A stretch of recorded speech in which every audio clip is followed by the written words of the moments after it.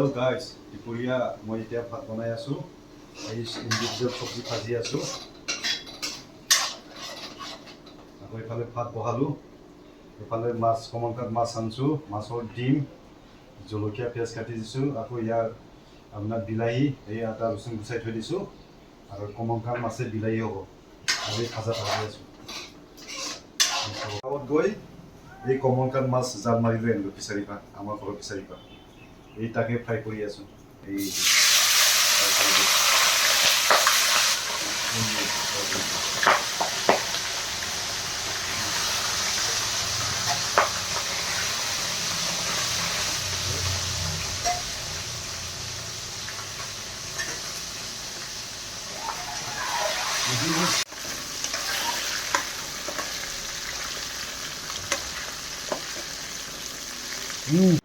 এয়া দুপৰীয়া মই ভাত ৰেডি, চব ৰেডি কৰিলোঁ খাবৰ কাৰণে। এয়ে বিলাহী, তিয়ঁহ চালাড কাটিলোঁ। এই কমনকাট মাছ বনালোঁ বিলাহীৰ লগত। আকৌ ইয়াৰ ইণ্ডিভিজুৱেল চব্জি লাবৰা, এইটো মাছৰ ডিম জলকীয়া পিঁয়াজ লগত ধুনীয়াকৈ ভাজিলোঁ। এইটো এই পানী টেঙা চাটনি বনালোঁ। এইটো হ'ল আপোনাৰ নেমু কাটি ল'লোঁ। ভাত ৰেডি, পানী ৰেডি। এতিয়া মই প্ৰথমতে পানী খাই লওঁ।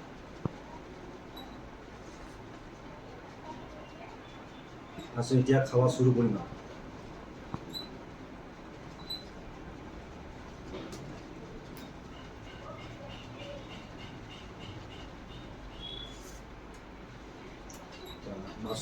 মাছৰ তৰকাৰী বঢ়িয়া লাগিছে দেই খাই।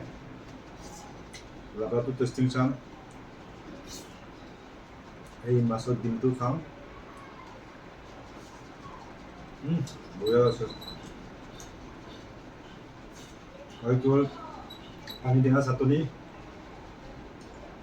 নেমু চুপি লওঁ অলপমান। এইটো তিয়ঁহ, এইটো বিলাহী চালাড।